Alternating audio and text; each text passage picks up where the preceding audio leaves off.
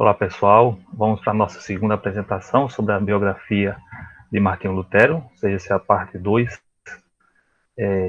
E antes de irmos para a parte 2, vamos fazer uma breve revisão, ver algumas coisas que vimos na parte 1. Né? A gente começou lá na parte 1 falando sobre a origem familiar de Lutero, o seu lar, o seu pai, o Hans Luther, ou Hans Lutero, a Margarida, ou a Margarida Lutero, Margarida Luther, ou Lutero, e falamos sobre aqui a sua criação, a sua vida camponesa, e posteriormente, né, o seu pai deixou a vida camponesa e foi ser minerador, o que possibilitou encaminhar Martinho Lutero para os estudos.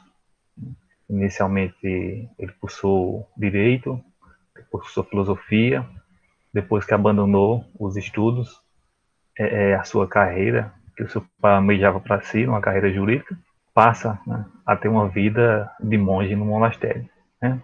Essa ruptura da sua vida secular para a vida de religioso no monastério, seus estudos, a sua ascensão dentro da própria vida religiosa, a sua passagem pela universidade, a sua ida, né, ou melhor, para a Universidade de Wittenberg. Tratamos das 95 teses, né, aquele evento marcante que toma contornos, né, na história da Igreja que jamais teriam ocorrido, né, esse evento das 95 teses, seu processo, né, alguns dos seus escritos, né, posteriormente, 95 teses, especial escrito em 1520, até sua comunhão, ou melhor, até sua excomunhão na Dieta de Worms, em janeiro de 1521. Né? E a gente parou aí, nesse momento em que a gente teve, né, a saída de Lutero de Worms, a Dieta de Worms, porque na cidade de Worms, quando ele retornava a Wittenberg. Né? E aí, nessa saída, você tem um evento, um fato, que é o sequestro, entre aspas, de Martinho Lutero. Né? O próprio príncipe eleitor, Frederico, que protegia Lutero, e a Universidade de Wittenberg estava dentro do seu território, então, para proteger Lutero, ele arquiteta esse sequestro e leva Lutero, né, a seu mando. Alguns cavaleiros levam Lutero para o castelo de Wittenberg, e onde Lutero vai passar, perdão, Wittenberg não, Wartburgo, onde ele vai passar um tempo. E é interessante a gente notar quando Lutero ele sai de Worms e vai para o castelo de Wittenberg, né, aquele momento é interessante que a gente passa a observar, a gente passa a observar como a reforma ela foi um movimento, né, que estava para além de uma pessoa, né, que estava para além da própria figura de Martinho Lutero.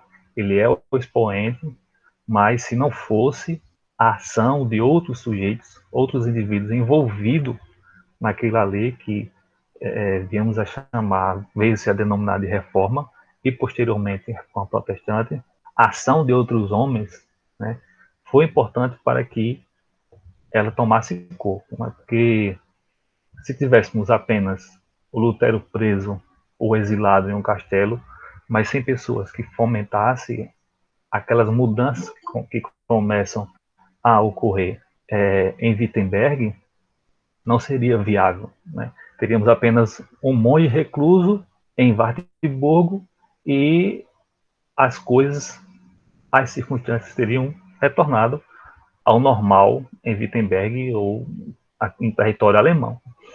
Mas aí tem, no momento que Lutero não está em Wittenberg, que ele está recluso no castelo de Wartburgo, três pessoas, né, são essenciais para conduzir a prática da reforma da igreja.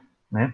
Aquela reforma que estava sendo pensada, discutida, ela passa a ser colocada em prática. Então, esse, né, é o primeiro momento em que se a reforma ela toma a sua forma prática. Ou seja, é um momento em que Lutero está ausente de Wittenberg, né? É um momento que ele está exilado ou isolado, de certa forma presos, mas, né, preso sem, né, sem poder conduzir essa reforma. E aí a gente tem a figura essencial, né, de Melanchthon, de Karlstadt e Zwingli. Cuidado aqui para não confundir Zwingli com Zwinglio. Né? Zwinglio está lá em Zurique e Zwingli vai estar em Wittenberg. Então, esse momento inicial de dar forma à reforma são essas três figuras que vão conduzir, né, a prática da reforma que estava na teoria. Né? O momento em que Lutero sai de Worms, estava sendo conduzido de volta a Wittenberg e é sequestrado, né, é arquitetado um sequestro de Lutero para que ele ficasse escondido no castelo de Wartburgo. E nesse momento da ausência de Lutero, né, sob a liderança desses homens, a reforma assumia pela primeira vez uma forma reconhecível pelo homem comum. E quais são essas formas que vão tomando corpo dentro dessa reforma da igreja? Primeiro, os casamentos. Né? Os padres passam a ter autorização para casar. Né? As freiras, padres casam com freiras, ou padres casam com mulheres que não eram necessariamente freiras, ou freiras casam com que não necessariamente eram padres. Mas você tem, né, essa nova dinâmica da relação, né, do ofício, né, do clérigo, do sacerdote, poder se casar. E aí alguns padres, alguns monges também, os monges começam a abandonar a sua vida de monastério e contrair matrimônios, né? Essa reforma, isso já começa antes de Lutero retornar a Wittenberg, no momento que ele está exilado em Wartburgo. A missa começa a ser anunciada em alemão. Além da missa ser anunciada, né, as vestes, né, passa a ser o padre que está, né, anunciando a missa, ele passa a adotar vestes comuns, né, sem toda aquela parafernália exigida para que o padre celebre a missa. E ali em Wittenberg, né, essa reforma ela começa a tomar contornos que vai fugir ao controle, né, do próprio Lutero. Na condução de Melanchthon, Karlstadt e Zwingli, vai surgir já, nesse momento, em Wittenberg, umas pessoas que virão, né, afirmando ser profetas iluminados e não necessitavam mais da Bíblia para ser o instrumento de pregação da palavra. Né? Elas afirmavam que recebiam, né, a mensagem diretamente de Deus e, portanto, a Bíblia não era mais necessária. Vai ser incentivado, né, pela liderança da reforma, a ação dessas pessoas.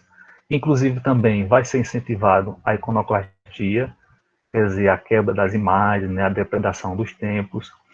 E Lutero, esse avanço radical da reforma, Lutero ele começa a se posicionar contra. Porque mesmo estando isolado em Wartburgo, ele começa a trocar correspondência com diversas pessoas. Entre essas pessoas, especialmente, estava aqueles que ficaram em Wittenberg liderando a reforma. Então, em um momento, né, ainda no ano de 1521, em 1520, em dezembro, Lutero surge inesperadamente em Wittenberg. E ele dá uma acalmada, né, naquela dinâmica que estava se radicalizando e tomando contornos violentos. Né? Lutero pede que a força da palavra, né, que prevaleça sobre a mente das pessoas, que as pessoas passem a ter uma nova conduta de vida sem que usem a violência. Ele aparece lá, mas depois ele retorna ao castelo de Wittenberg. Né? Então, esse momento inicial, que a reforma toma sua forma, ela está sob a liderança, né, dessas outras pessoas. Isso demonstra como a reforma ela nasce como um movimento. Né? Ela é mais do que a condução de um sujeito. Né? Ela é um movimento que vai envolver diversos agentes e diversas pessoas. Então, nesse momento que Lutero está em Wartburgo, né, e a gente volta para o começo dele em Wartburgo, né, só lembrando que Lutero saía de Worms e se deslocava para Wittenberg. No caminho, né, ele foi, a mando do príncipe Frederico, ele foi sequestrado, entre aspas, sequestrado, né, e enviado para esse castelo para ser protegido contra os possíveis ataques que poderiam acontecer contra ele. E acontece, né, essa situação interessante. Lutero teve por diversas vezes, né, embates, ele narra com o diabo, né, ou com o Satanás. E quando ele chega em Wartburgo, ele narra essa situação. Ali, em Wartburgo, quando ele chegou, ele se encontrava distante de todas as pessoas, a princípio. E ninguém podia vir ou ir até ele, a não ser 2 jovens nobres que traziam 2 vezes por dia comida e bebida. Acontece que me havia comprado um saco de avelãs que eu comia vez ou outra e que havia encerrado em um baú.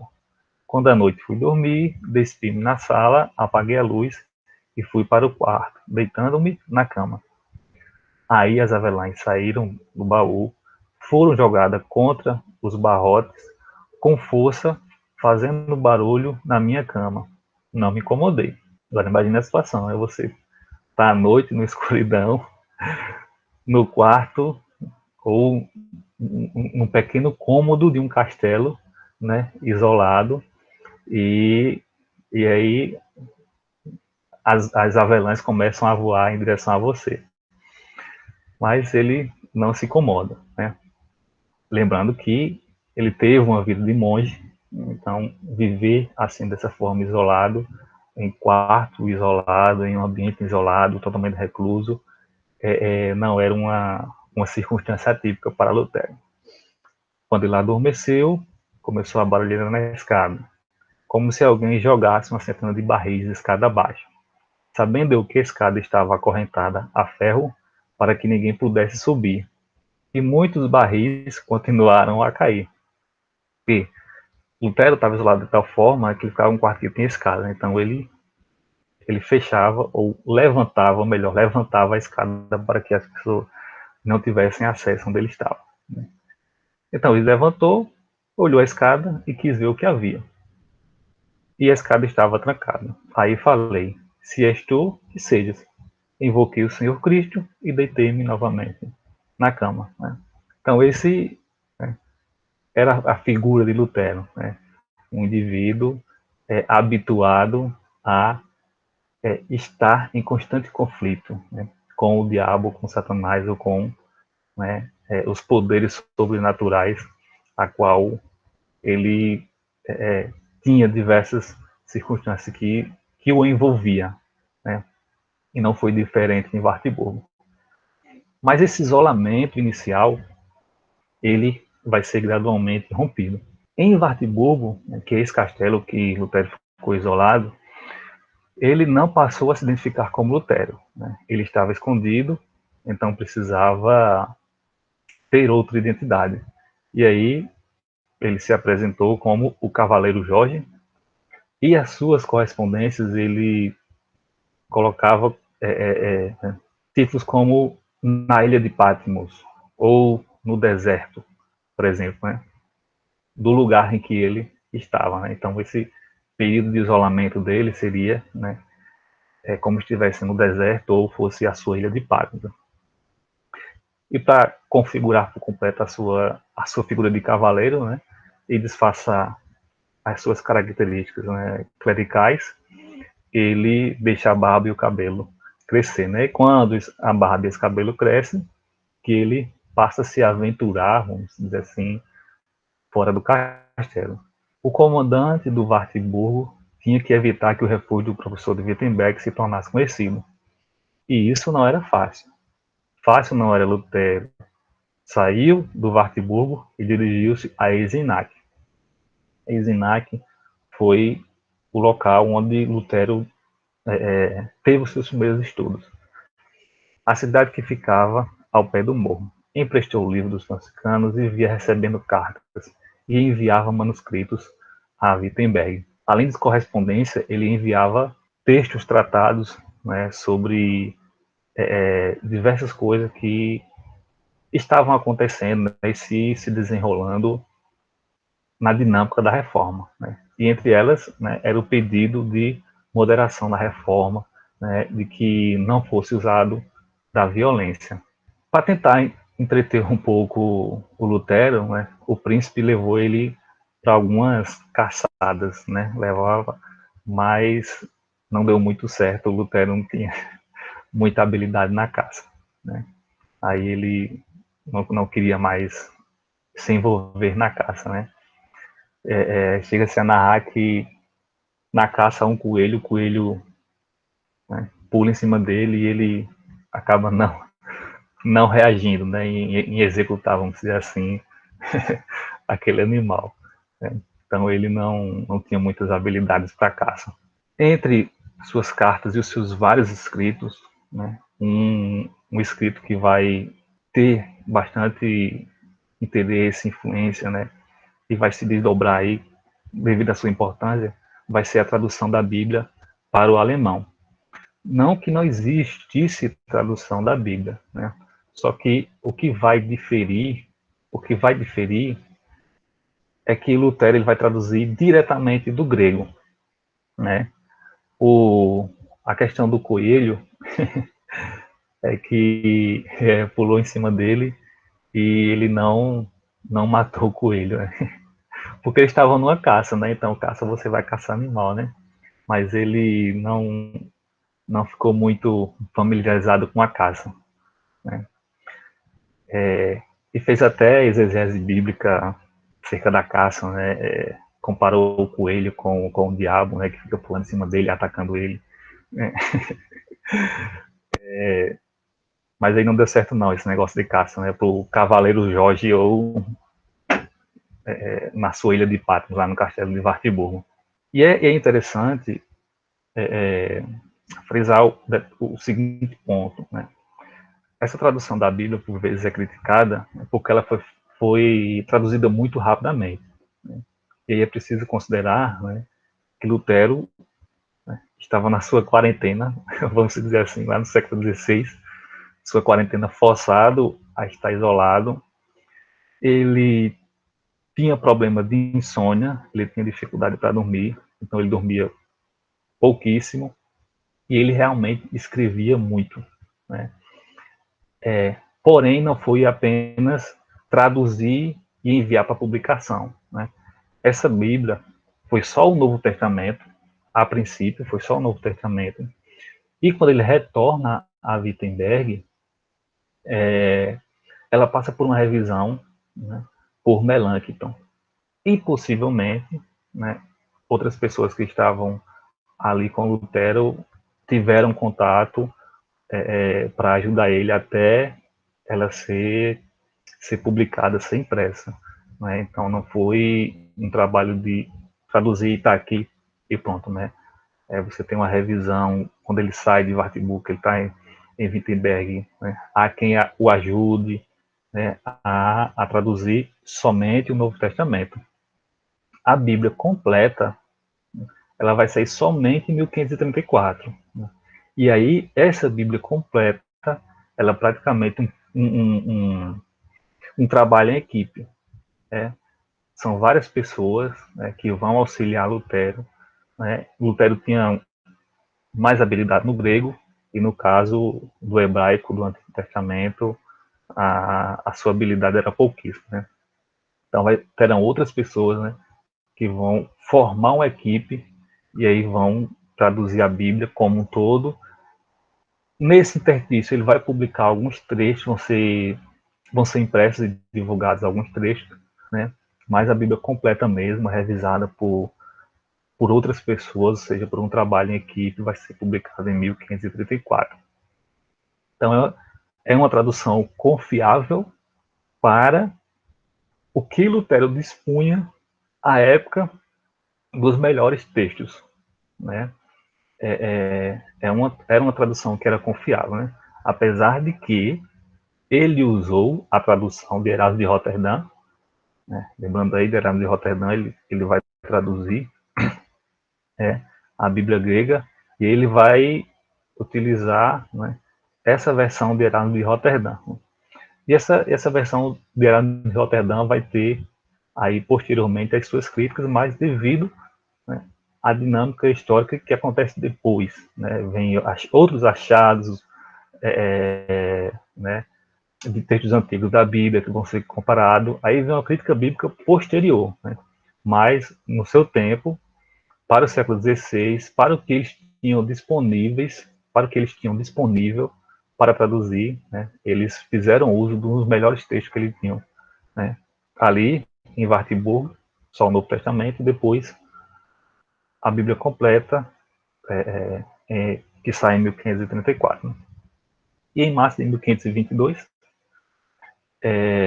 Lutero, né, alguns meses aí isolado, rompe o seu isolamento, apesar de que o príncipe não queria, porque Lutero ainda poderia ser executado, ele ainda estava excomungado, mas o príncipe o protegia, né?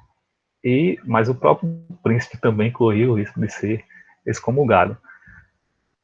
Só que em Wittenberg, né, as agitações retornaram, e aí chegou um momento em que tanto ele foi chamado, né, pelo conselho da cidade a ir se instalar de vez em Wittenberg para sair do seu isolamento, quanto ele próprio se sentiu compelido a fazer isso. E então a gente tem Lutero de volta em Wittenberg, ainda no ano de 1522. E já tem-se a reforma em andamento, né? Eu falei anteriormente, a ciclo de Wittenberg ele está em Wartburgo, e Melanchthon, Karlstadt e Zwingli, eles vão dando forma a essa reforma. Zwingli também, lá em Zurique, né? Mas ali Wittenberg foram aqueles três indivíduos que vão conduzindo os primeiros passos da reforma. E Lutero retorna para Wittenberg, né, ainda caracterizado como o cavaleiro Jorge, e as pessoas não vão o reconhecer. Né? Então ele corre um perigo ao sair de Wartburgo, mas pelas pessoas não reconhecerem que era Lutero, né? E aí a gente lembrando que a raridade de quadros que retratassem as pessoas, né? Inclusive, se as pessoas passassem um longo tempo, elas se tornavam irreconhecíveis pelos seus próprios parentes, né? Porque não seria incomum uma pessoa que se ausentou por longo tempo, quando retornasse, não fosse reconhecida pela sua própria família, né? Isso poderia acontecer sem nenhuma, talvez seja algo inusitado para a gente, que a gente é acostumado, né, nos nossos tempos a ver fotos, principalmente nas redes sociais. Então, o nosso contato com a imagem, né, do outro, da nossa família, dos nossos amigos, ela é constante, mas aqui no século XVI era muito raro, né, ter imagem, né, no caso ter quadro de pessoas, né, para que um familiar colocasse, né, né, um quadro de um parente, né, até porque o custo para financiar uma pintura não era baixo. Então Lutero, né, se a gente pensar também que ele não se sabia como era Lutero, muitas das pessoas, né, porque muitas pessoas ouviram falar, mas não viram Lutero, né? Então, essa caracterização ajudou a disfarçar, né, que era ele que estava, né, que transitava às vezes né, pelas feiras, que ele saía do castelo, que ele visitava algumas pessoas. E quando ele retornou, tanto aquela vez quando ele foi inesperado para Wittenberg, quanto agora ele volta caracterizado de cavaleiro, né? Quando ele retorna a Wittenberg, né, narra-nos Martin Dreher, que Lutero pôs a mão na massa, fez a barba, tirou a roupa de cavaleiro e vestiu sua velha batina de agostiniano e voltou a residir no mosteiro dos mesmos. Ocupou o púlpito da igreja da cidade, onde pregou por uma semana com palavras incisivas, curto e rasteiro, como já fizeram anteriormente. Confio na palavra, que surpreendentemente se mostrou eficaz. Nada de violência, nada de inovações que machucam ou escandalizam, nada de perseguir os dissidentes, né? Então, aquelas violências que estavam decorrendo da reforma, né, os seus exageros, né, eles passam a ser contidos. Melanchthon, Karlstadt e Zwingli, né, ouvem Lutero, né, e passam a ter uma nova postura, né, acerca de como a reforma deveria ser conduzida. Né, aqueles pregadores, né, ambulantes que se afirmavam, né, iluminados e que recebiam a mensagem direta, sem a necessidade de ter a própria Bíblia, né, eles vão sair de Wittenberg e aí vão se dirigir a outros territórios, né, e vão estar junto, né, com os camponeses e vão contribuir, né, naquele movimento que vai se desencadear na Guerra dos Camponeses. Né. Nesse momento que Lutero consegue, né, trazer um pouco de tranquilidade para Wittenberg, né, a reforma vai tomando seu contorno sem muitos conflitos, e Lutero passa a enviar pessoas, né, para os diversos territórios alemães para que a reforma, né, fosse conduzida e fosse implementada. Né. Então, né, ela avança sobre os territórios alemães, ela também passa a ser implementada, né, e aí um dos primeiros reformadores vai ser Zwinglio, em Zurique. Né. Inclusive, Zwinglio vai ter alguns atritos, alguns conflitos com Martinho Lutero, porque ele vai ter parte também de ser mais radical em como a reforma vai ser conduzida. Né. Então, Lutero e Zwingli não se entendem por completo como deveria se dar a reforma. Né. E quando a reforma vai tomando seus contornos, né, ela começa a sair do controle de Lutero ou, né, dos outros proponentes da reforma, devido, né, à ação dos camponeses, que vai envolver questões religiosas, questões políticas, questões econômicas, né, vai envolver questões, né, seculares que vão retomar, ou que vão remontar ao período medieval, né, as características feudais desse período, porque ao longo do período medieval, né, os senhores feudais, né, eles vão cerceando as liberdades de ações dos camponeses. Né. Vão proibindo a caça, por exemplo, vão proibindo a pesca. Né. Então, né, aquela condição básica do camponês, em que era, por exemplo, ir fazer sua caça na floresta, né, começa a ser cerceada. Os tributos, eles vão, né, aumentando. Então, o camponês, gradualmente, ele vai sendo sufocado, né, né, pela relação que vai constituindo aquilo que se denominou de feudo. Né. Então, aquele senhor territorial, ele vai dominando aquele certo espaço, aquela certa geografia, aquele certo território, e encurralando cada vez mais os seus camponeses. E tem uma mudança também, né, que aquela relação, né, entre as pessoas, né, oral, ela passa a ser escrita. Então, aqueles direitos, né, que eram concedidos através da oralidade, eles passam a ser escritos. E os camponeses não tinham acesso à escrita. Né. Então, isso dificulta, né, a própria relação do camponês com essa nova dinâmica que vai tomando corpo, né? Porque essa relação ela deixa de ser legislada, né, por um consenso oral para ser por um consenso, ou melhor, por uma imposição escrita, né? E esses camponeses, né, não tendo acesso à escrita, né, eles não têm como colocar no papel, vamos dizer assim, os seus anseios e as suas necessidades. Então, eles vão cada vez mais tendo menos direitos, né? E os tributos cada vez mais vão aumentando. E ao longo da Idade Média, terão vários conflitos, né, que envolverão os camponeses, ou que os camponeses se rebelarão, porque chega um momentos em que se torna sufocante, e os camponeses, né, agem para sobreviver, né, porque estão de tal forma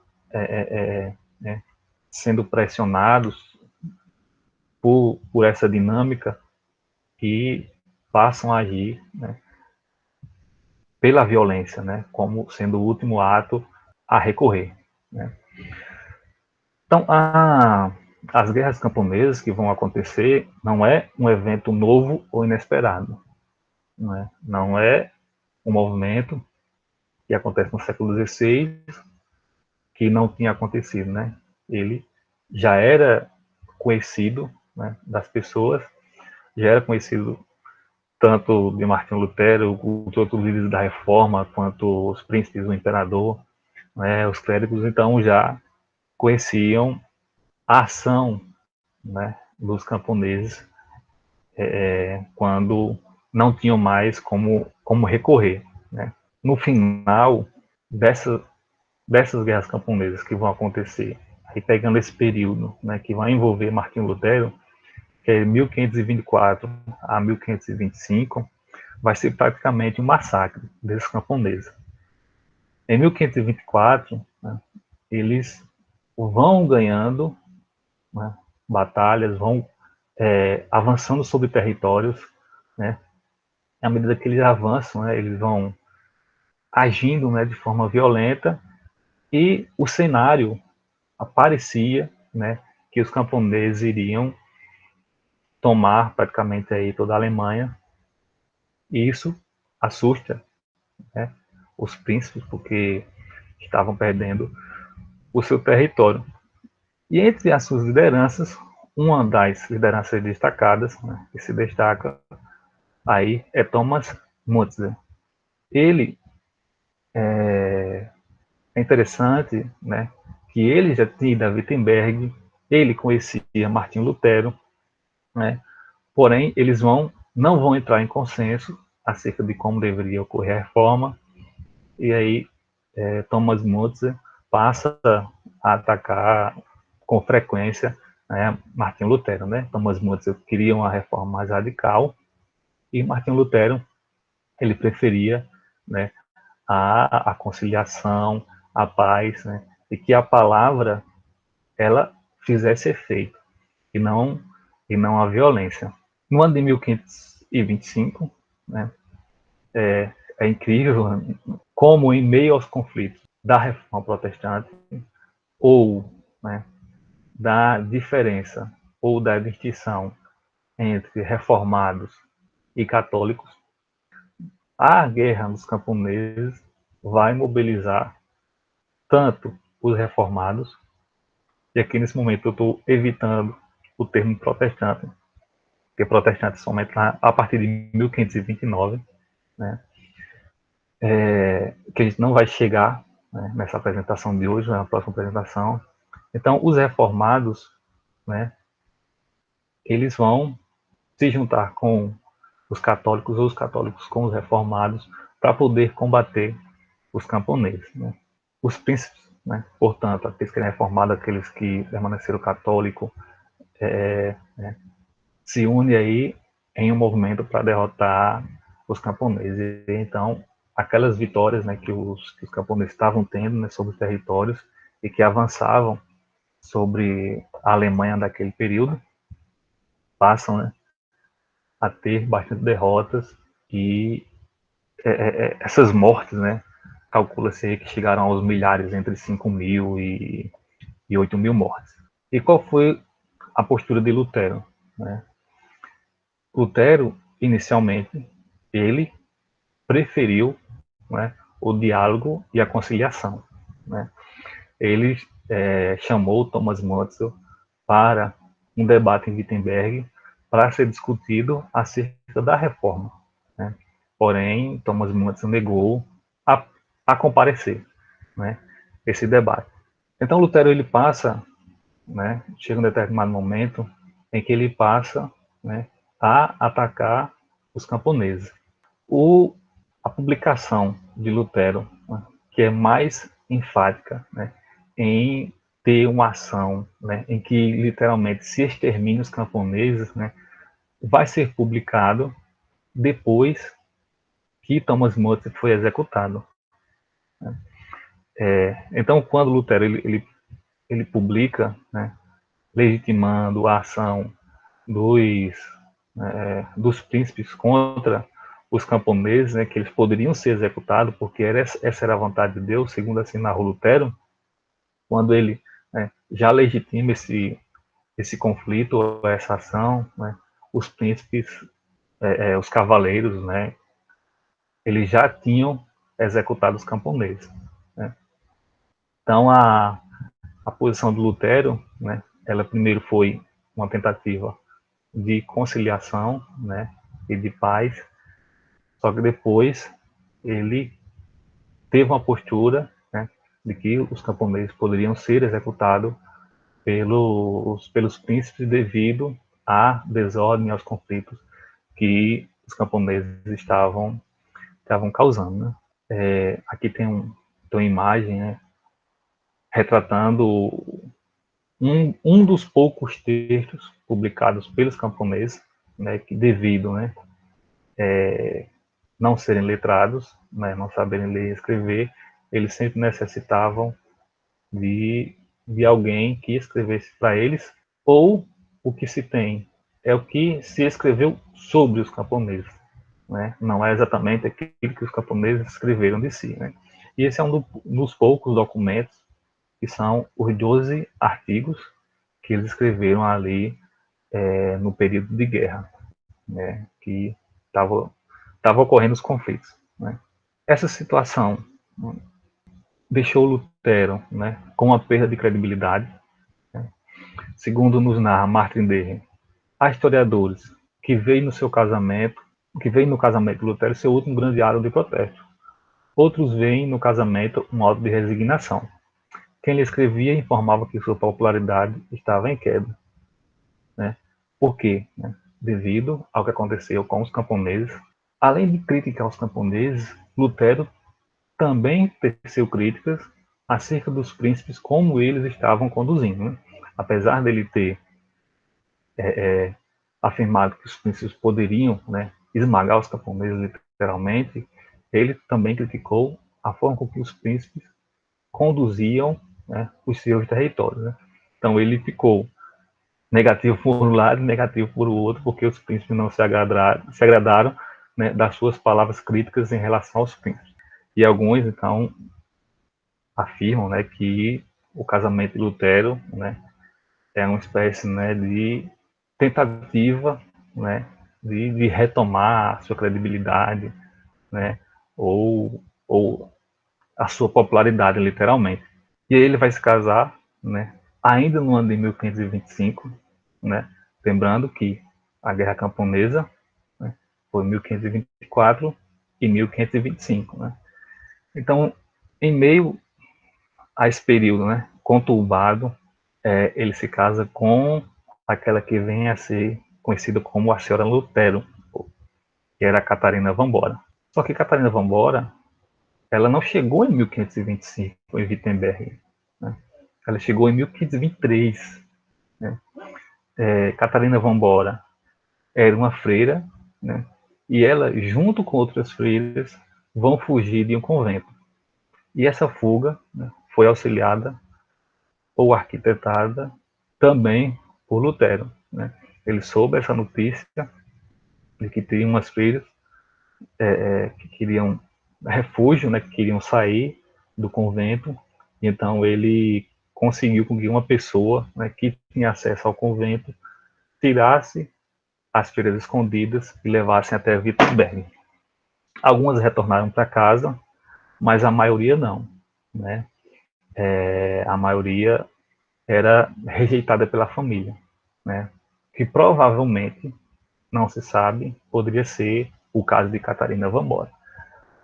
Sabe-se muito pouco acerca de quem era Catarina Vambora antes do seu casamento com Lutero. Sabe-se muito pouco sobre a família dela.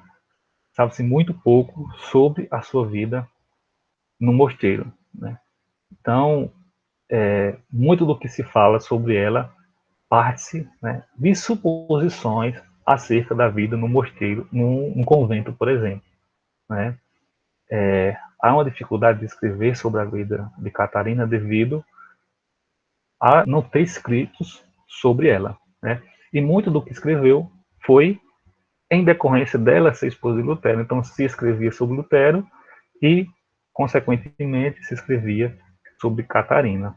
E Lutero, né, a principal forma, melhor se dizendo, né, de dar um lugar, né, naquela sociedade para aquelas ex-freiras, né, era arranjando casamento. Todas elas se casaram, exceto Catarina, né? O primeiro pretendente de Catarina, né, fez-se o acordo, né, que ela iria se casar, porém o pai do noivo não aceitou e casou ele com outra mulher. Só que não avisou a coitada de Catarina, e a coitada de Catarina estava lá esperando, né? Até que um dia, Lutero pressionou, mandou saber, né, cadê o noivo, que não aparecia, né? E aí descobriu-se que o rapaz já tinha casado com outra pessoa, porque seu pai não quis casar a ele com Catarina. Outro pretendente, né, Lutero incentivou para Catarina. Porém, Catarina não aceitou ser pretendente. Ela afirmou que casaria ou com um amigo de Lutero ou com o próprio Lutero. Não se sabe ao certo se aquela afirmação partia de um desejo dela se casar com Lutero, ou seja, de uma vontade sincera, ou se era uma ironia, né, acerca do absurdo que seria aquela proposta, né? O seu desejo de não casar com aquela pessoa, né, que foi proposta, era uma ironia de demonstrar tão grande a sua infelicidade de não querer casar com aquela pessoa, que ela disse que casaria com um determinado amigo de Lutero ou com Lutero, né? O próprio Lutero não levou, né, essa proposta a sério. Ele também considerou, né, que não seria uma proposta séria, né, mas apenas uma retórica da Catarina, né, para poder afirmar que ela não tem interesse naquela pessoa que estava se propondo. Só que aí Lutero, né, ele vai visitar o seu pai, né, vai visitar a sua mãe, e aí o seu pai, né, começa a o incentivar a que ele se case com Catarina e que levasse a proposta a sério. Então Lutero começa a levar a proposta a sério, ele não queria casar, né, casamento para ele seria algo, né, inusitado, porque a qualquer momento, né, nesse momento, né, Lutero ainda estava sob o risco de ser executado, né, porque ele já tinha sido excomungado e ele deveria ser executado. Ele não tinha sido executado ainda porque o príncipe Federico estava protegendo ele, né. Mas se o príncipe mudasse de ideia, Lutero poderia ser preso e executado, né. Então, né, o martírio de Lutero, né, como ele próprio se vê, né, era a todo instante iminente. Então, ele não queria casar porque o seu casamento poderia trazer mais sofrimento, né. Queria casar e a qualquer momento poderia ser executado. Mas aí ele começa a levar, né, a proposta a séria. Alguns amigos o incentivam, outros acham a ideia absurda, né, a exemplo de Melanchthon. E aí Felipe Melanchthon não foi convidado para o casamento, ficou chateado por não ter sido convidado, mas disse que se tivesse sido consultado ia dizer que não era para ele se casar, né? Então Lutero sabia que Melanchthon não iria se agradar ao seu casamento. Quando Lutero se casa com Catarina, Lutero estava com 42 anos e Catarina com 26, né? para os padrões, né, da época, a idade de Catarina, né, já era uma idade que já tinha passado, né, do período do tempo de se casar. Além da idade deles dois, né, o grande escândalo foi um ex-monge casar com a ex-freira, né? Então, a popularidade de Lutero, né, que tinha decaído, né, devido à Guerra dos Camponeses, né, voltou a estar em alta, né, porque o ex-monge, né, e aí né, atacado por todos os termos possíveis pejorativos do lado dos católicos, né, casou com o ex-freira também, né, a freira Fujona também atacada com diversos adjetivos pejorativos, né, do lado dos católicos, né. Inclusive até Erasmo de Roterdã, ele espalhou boatos acerca de Lutero e Catarina, né. O casamento deles foi às pressas, né. Aí Erasmo saiu espalhando lá pela Europa que Catarina vão embora, né. Catarina e Lutero já tinham tido relações, e, portanto, ele estava esperando, né. Ela estaria grávida e aí tinha que casar às pressas, né. Só que depois ele se desculpou, né, que aquele boato ali, né, era infundado, não tinha base, né, na realidade.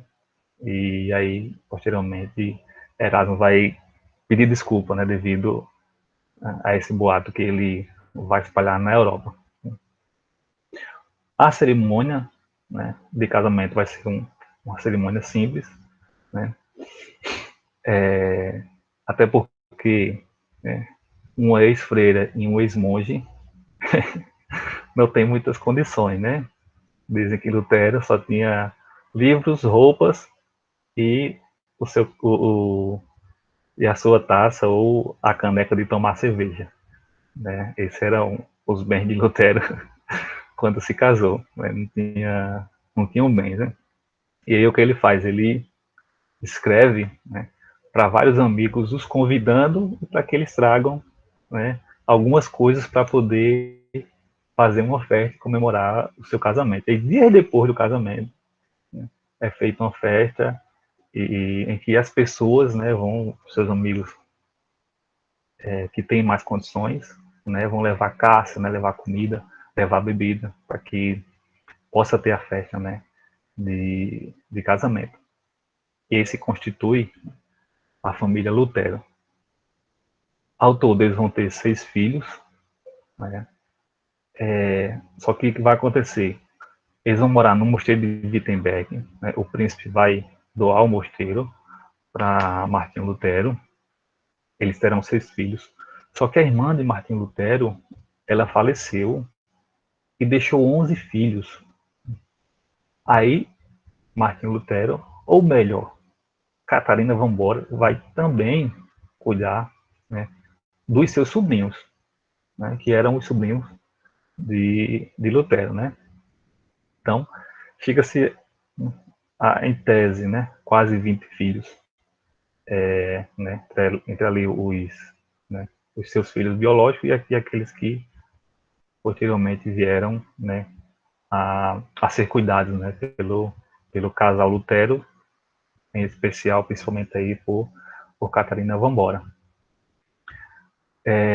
E o mosteiro ele também foi transformado em pensão, né? Lutero não era um indivíduo de bens, né? Então não tinha muito com o que se sustentar, né? Quem vai dirigir a vida financeira, né, dos dois vai ser a Catarina van Bora. Né? E é interessante que a primeira briga do casal, né, foi acerca do dinheiro. O bispo, né, um cardeal, enviou dinheiro para Lutero como um presente de casamento. Né? Só que a ironia da circunstância é a seguinte: esse cardeal, esse bispo, ele foi o cara que vendia as indulgências. Né? Na apresentação anterior, né, eu falei, né, que o bispo que combinou com o Papa a venda das indulgências, que Lutero foi combater em 1517, né, Lutero envia correspondência para ele, denunciando a venda das indulgências, né? Só que ele enviou para o cara que era o arquiteto, né? Que tinha parte ali das rendas da venda das indulgências, né? Aí esse cara, ele vai enviar algum dinheiro para o Lutero, e aí Lutero quer de todo jeito devolver o dinheiro, mas Catarina disse não, vai aceitar porque está precisando, né? E Catarina bate o pé ali e demonstra logo ali quem manda ali é ela, e Lutero, e Lutero tem que aceitar o dinheiro, né? O bispo, ele estava com alguns planos, né, de adotar medidas reformadas lá no seu território, mas só que depois acabou não tomando essas medidas, né? E aí se resolve esse primeiro conflito, né, que tem o casal. O, o mosteiro, né, ele passa também a receber estudantes, ou seja, Catarina vai fazer, né, do mosteiro um pensionato. Então esses estudantes, para morar ali, tem que pagar. E aí que vem a sua renda, e dessa circunstância que vai, né, futuramente, né, surgir um livro ou livros, né, chamados Conversas à Mesa com Lutero, que são exatamente, né, o momento em que Lutero parava, né, para fazer as suas reflexões ali, e aqueles estudantes que moravam praticamente com ele, né, que sua casa também era uma pensão, ficavam interrogando ele, perguntando sobre diversos fatos, né, da Bíblia, sobre política, sobre economia, sobre tudo, né? E muitos iriam anotando e posteriormente, né, essas anotações dos alunos, né, de Lutero, né, que tanto estudavam com ele em Wittenberg quanto moravam com ele, né, e o mosteiro também se tornou um pensionato, né, foram publicados, né, em vários volumes. E aí é um tipo de fonte, né, excelente para se conhecer Lutero, mas também é um tipo de fonte, né, a se ter muito cuidado acerca do seu manuseio, né, porque são estudantes, né, vários fatores, né, de vários lugares, né. Então Lutero às vezes falava latim, Lutero às vezes falava o alemão, né, que ele falava. Você não tem um alemão unificado, né? Então você não tem um idioma alemão, né? É como você tem vários dialetos, né, dentro do alemão. E Lutero às vezes falava em latim, né? Para que, como você tem estudantes ali, então entendia-se que, né, eles compreendiam o latim, então às vezes Lutero preferia falar em latim. Então esse processo, né, de escrita acerca do que Lutero disse, né, ele pode ter, né, certas distorções, né, tanto para o bem quanto para o mal, né, acerca do perfil de quem foi Lutero, né? Então são escritos muito bons, né, para você entender acerca de Lutero, do seu pensamento, da sua vida, mas é preciso ter essa cautela, né, acerca do que esses estudantes, do que seus alunos escreveram. E a família Lutero, né, ela cresceu, né, os seus filhos, aqueles que vieram, né, a ser cuidados por Catarina e por Lutero, né, aqueles estudantes, né, que moravam ali, então eram muitas pessoas, e por vezes também aconteciam de Lutero receber visitas, né, então outras pessoas também acabavam residindo ali temporariamente, né, se hospedavam ali. Então era uma residência, né, um lar ou uma casa bastante movimentada, né? E quem, de fato, né, administrava aquela casa ali, a dinâmica financeira, né, quem pôs ordem na casa, vamos dizer assim, foi literalmente, né, Catarina Vambora, né? Lutero chegou a afirmar que antes do seu casamento ele passou um ano sem arrumar a cama, porque ele não tinha tempo nem de, assim, de agitar a sua cama, né? Ele mal dormia, quando ele ia dormir estava tão cansado que deitava lá e depois se levantava muito cedo para fazer suas orações. Então foi um ano, ele disse que foi um ano sem nem arrumar sua cama. Então por aí a gente já vê, né, o quanto não deveria a vida de Martim Lutero estar bagunçada, né? Se ele nem a cama ele conseguia arrumar, né?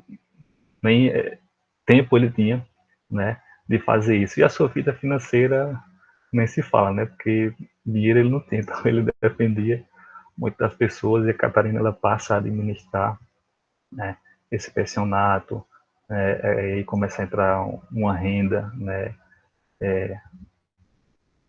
até outros tipos de investimentos, né, né, a Catarina que vai, né, literalmente pondo ordem na casa, né, e o Lutero deu muito trabalho para Catarina, né. Muitas doenças também, o Lutero ele sofreu muito, né, com as suas doenças, então os cuidados também pessoais, né, e particulares acerca, né, de Martinho Lutero era Catarina, né, que também cuidava, né, ou tentava cuidar da saúde dele, né. Então a dinâmica, né, a Catarina ela foi, né, o braço direito e o braço esquerdo de Martinho Lutero, né. Se não fosse a Catarina, né, não teria as condições, né, de sobrevivência. Então aquele casamento que não era desejado, né, por Martinho Lutero, né, posteriormente, né, ele vai demonstrar nas suas cartas, nos seus escritos, né, o tanto de carinho, um apreço, né, e consideração que ele passou a ter, né, por Catarina, e assim, os escritos dele, né, passam a ter, é perceptível, né, o amor, o carinho que ele passa a ter por Catarina Vambora, né. E essa foi, né, a família Lutero, né, passou a ser constituída, né, a família Lutero. Não sei dizer quem é, mas eu suspeito que seja o Melan que está aqui atrás. Seu casamento e que seria um momento com os seus filhos.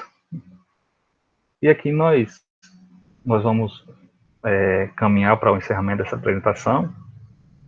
dessa apresentação, mas há nesse interstício também, né, a gente saiu hoje, foi de 1521 até 1025, alguns lances na frente, mas retornando, em 1524 vai acontecer, né, um evento que é marcante para a Reforma Protestante, ou melhor, para a Reforma que depois torna-se protestante, né?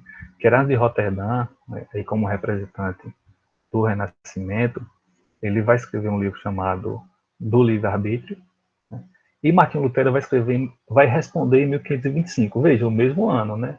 Guerra de Camponeses, casamento, né, com a Catarina.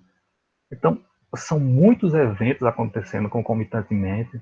Você tem as reformas em outros lugares, que aqui a gente não entrou nessa temática de outros lugares, né?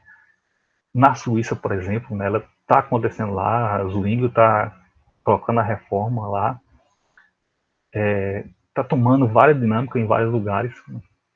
E em meio a isso, né, também tem, né, essa escrita de Erasmo de Roterdã, né, e a sua defesa, né, acerca do livre-arbítrio e a resposta, né, em 1525.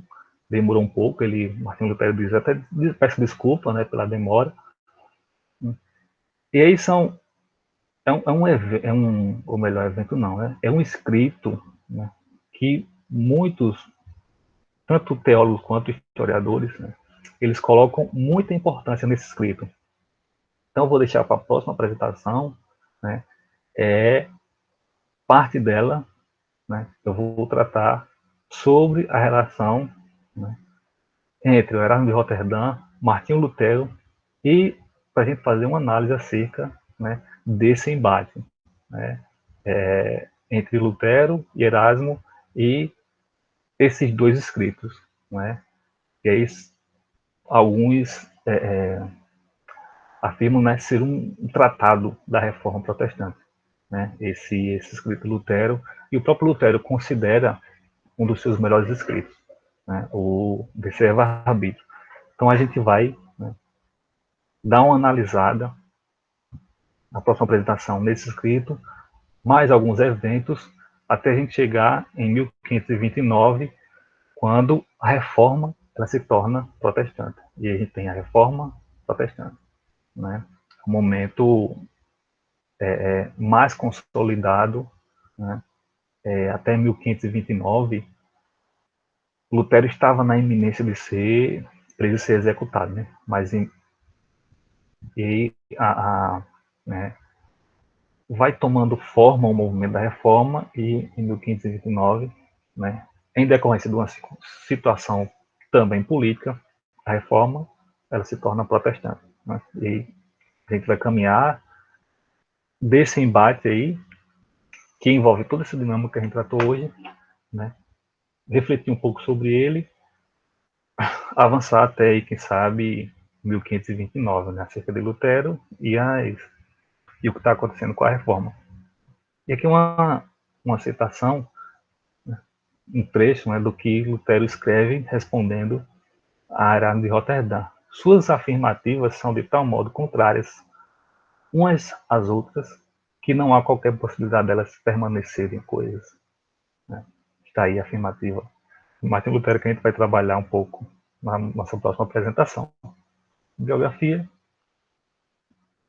básica, maior parte está aqui em Martin Dreher, né, é um brasileiro ele, Rio Grande do Sul, Roland Baton, Cativa a Palavra. Eu gosto do título desse livro, né, e o Roland Baton é um dos biógrafos, né, mais reconhecidos acerca de Lutero, né, dos biógrafos mais reconhecidos. E o título, ele pega bem, né, assim, quem era Lutero, né, quer dizer, cativo, preso à palavra, né, foi um indivíduo que, né, sempre buscou estar ali, aprisionado à palavra de Deus, né? Então, essas são as duas referências que eu mais utilizo, né? Eventualmente, eu consulto aqui Steve Lawson, Vicente Temudo Lessa, que foi um brasileiro também, está um pouco antiga, né? A sua obra é de meados do século passado. Essa obra do Martin Deher é a mais atual que a gente tem em português, né?